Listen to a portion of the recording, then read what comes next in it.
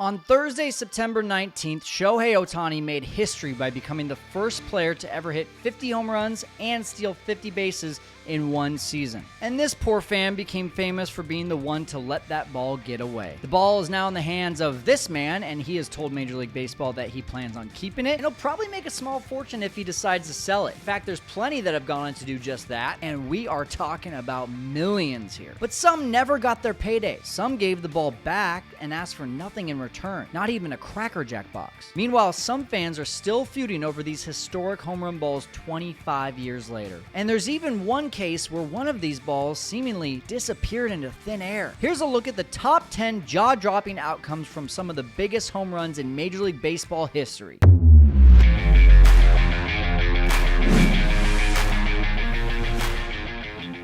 Money talks, and that's where we're going to start. Most recently in 2022, two lucky fans came out as big winners who made some life-changing money, and deservedly so. These two catches are the cleanest ones that you'll see of the top 10. First, Albert Pujols hit his 700th home run at Dodgers Stadium, and Marlo Leal makes a great grab and turns around to sell the ball for $360,000 big ones at an auction. Later that same year, Aaron Judge broke the record for the most home runs by an American League player in a single season. The person who gracefully snagged that ball at Globe Life Field, Corey Youmans. And like Leal, he took the ball to an auction. But unlike Leal, Youmans turned down an offer for $3 million for that ball and ended up taking a $1.5 million haircut by selling it to the open market. Now, serious question here. What would you have done? Would you have taken the $3 million and run, or would you have tested your luck in the open market like Youmans? Let me know in the comments. And I was actually able to get a hold of Corey on Instagram. He told me that he bought a house. He was able to help his grandpa build a shop to work on hot rods, and he invested the rest of the money in the market and said he had no regrets on losing out on the other $1.5 million. Now, on to some feel-good stories, but believe me, there's some real drama ahead. Just stay tuned. In 1974, Hank Aaron, chasing down Babe Ruth for the home run record through the racism, through the death threats. Henry had a lot of pressure on him. He says, "Oh, I got to tell you," I says, "last night I got a call from the FBI. They told me that there was a threat that somebody was going to shoot me on the field." Hank was not only able to break the record in front of 53,775 people at Atlanta Stadium, but as fate would have it, his teammate of all people, Tom House, caught the ball and immediately jumped over the bullpen fence, sprinted in from left field, and gave the one-of-a-kind ball back to Aaron. Now, I would imagine this is probably the fastest a home run ball has ever been returned back to the man who hit it, and Hank, meanwhile, was too busy hugging his mama Stella in excitement to see what House was trying to give him. So House eventually just took one of Aaron's hands, opened it up, and put the ball in his hand while he was still embracing his mom. The Atlanta pitcher said that that was definitely the defining moment of his own career, and it helped him to see the bigger picture beyond the game and beyond the stats. As of April of 2024, the ball and the bat are now on display to the public at Monument Garden at Truist Park in Atlanta. Next, let's skip ahead over 40 years to Wrigley Field in 2015. The Cubs were in search of their first playoff series win since 2003 and potentially breaking the curse of the Billy Goat to make it back to the World Series for the first time since 1945. They had a 2-1 lead over their division rivals, the St. Louis Cardinals, and a 5-4 lead in the 7th inning when Kyle Schwarber hit one of the most majestic home runs that Cubs fans had ever seen. Now, at the moment that this ball was hit, it really was just a far home run. It wasn't heading into a record book or sending the Cubs to the World Series. But what happened next, well, you just can't make this stuff up. Now, the ball appeared to go over this massive scoreboard in right field. After the game, though, it was discovered that the ball actually got stuck on top of the scoreboard. The Cubs organization took this as a sign and an opportunity to almost literally put the ball on a pedestal. They put a glass case over the ball and kept it there for almost 4 years until 2019, when Crane Kenny, a higher up in the Cubs front office at the time, said the ball was removed because they were worried about it being stolen. All right, 1993, Game 6 of the World Series between the Phillies and the Blue Jays. Philadelphia has a 6-5 lead going into the 9th, and if Mitch Williams can protect a 1-run lead,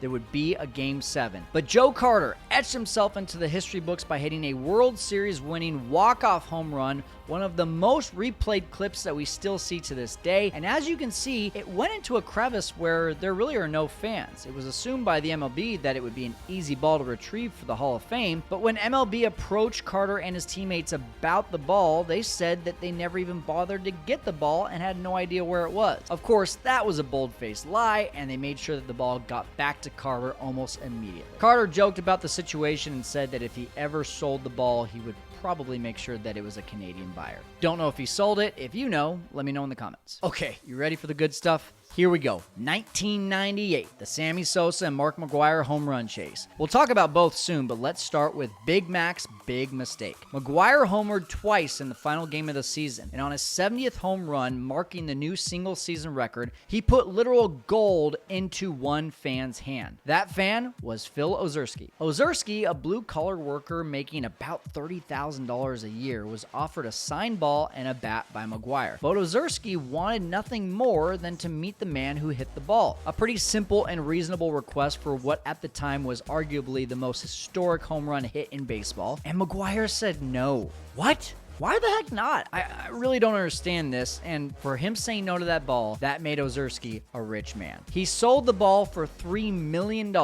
In that season, Big Mac made $9.5 million. If you divide that $9.5 million by McGwire's 681 plate appearances, he was making $13,950 per plate appearance in 1998. But that one plate appearance, resulting in a $3 million ball, was worth over 200 times as much as any other plate appearance by McGwire in that season. On the flip side, his 62nd home run that season, which broke the MLB record at the time, was picked up by a 22-year-old grounds crew member, Tim Forneris. Forneris was making $40 per day, but he gave the ball back to McGwire for free. A couple decades later, even knowing that the number 70 ball sold for $3 million, Forneris still said that he would have done the same thing if given the chance. Speaking of breaking home run records, Barry Bonds knows how to do that. After breaking McGwire's single-season home run record in 2001, Bonds became the all-time home run leader when he hit his 756th home run in San Francisco in August of 2007. What happened next was nothing short of a miracle for Matt Murphy. The ball bounced off a sea of Giants fans in center field and bounced nearly 30 feet to the right within diving distance for Murphy. Murphy knew exactly what he had to do.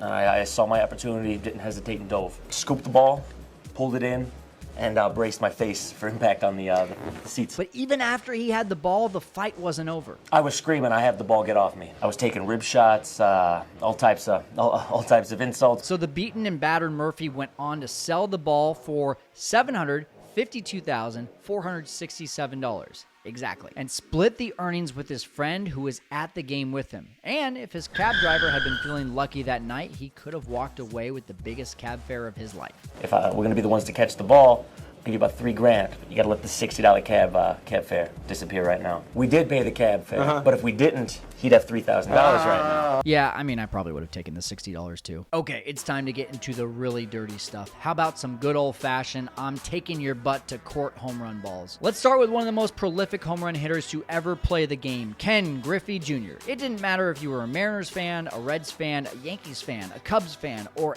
any of the other 26 teams, every fan had a soft spot for Griffey. So when Jr. launched home run number 600 into the right field stands, and might I add, moderately occupied stands at Sun Life Stadium in Miami, it was no surprise that a mini riot took place. We see a dog pile over the hideous orange stands for what seems like forever. As it starts to lighten up, a Marlins fan emerges, and yes, that is a Sergio Mitre jersey, true fan right there. His name, Joe Scherrer, and he was a longtime season ticket holder for the Marlins. I didn't know those existed, to be honest.